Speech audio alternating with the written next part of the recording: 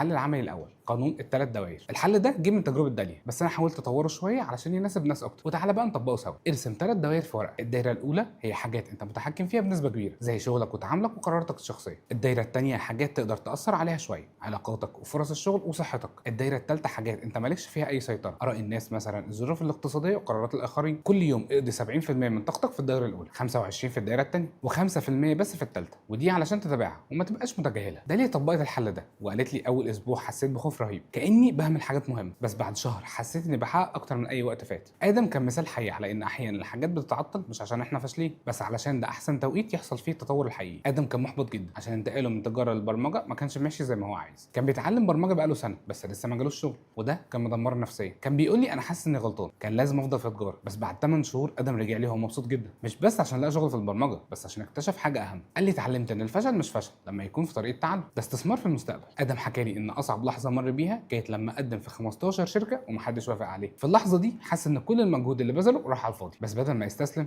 قرر يعمل حاجه مختلفه. قال لي قررت اتعامل مع الرفض كانه طريقه تعلم مش شتيمه. كل مره حد يرفضني كنت بساله هو انا ايه اللي ناقصني بالظبط، وبدل ما ازعل بدات اعتبرها قائمه مهام للحاجات اللي لازم اتعلمها. النتيجه ان في خلال 3 شهور ادم مش بس لقى شغل، ده كمان بقى من احسن المبرمجين في شركته. ليه؟ عشان كل مره اترفض اتعلم حاجه جديده، وكل مشكله واجهها بقت خبره في شنطته. الحل العملي الثاني تقنيه البيانات العاطفيه. الحل ده جه من تجربه ادم، وهو انك تتعامل مع المشاكل والرفض كانها معلومات مفيده مش هجمات شخصيه. كل مره حاجه ما تمشيش زي ما انت عايز اسال نفسك 3 اسئله: ايه المعلومه اللي الموقف ده بيديها لي؟ ايه اللي اقدر اتعلمه او احسنه؟ ازاي الخبره دي ممكن تساعدني في موقف قدام؟ ادم قال لي لما بدات افكر كده اكتشفت ان كل حاجه وحشه حصلت لي كانت بتعلمني حاجه محدش قدر يعلمهاني في الكليه او الكورسات. محمد صلاح قبل ما يبقى نجم في ليفربول اتباع من تشيلسي واعتبروه مش كفايه للدوري الانجليزي. محمد صلاح كان ممكن يقعد يزعل ويقول ده ظلم او انا مش محظوظ، بس هو عمل ايه؟ اتعامل مع الموضوع كمعلومه. سال نفسه هو انا ايه اللي ناقصني؟ ازاي اقدر احسن من نفسي؟ راح ايطاليا يشتغل على نفسه وحسن مهاراته، وبعدها رجع انجلترا ولعب في ليفربول وبقى من احسن اللعيبه في العالم. محمد صلاح في مقابله مع BBC قال كل مره حد يقول لي لا او افشل في حاجه بفكر فيها كدرس مجاني عشان ابقى احسن. ده مش كلام تحفيزي، ده منهج حياه.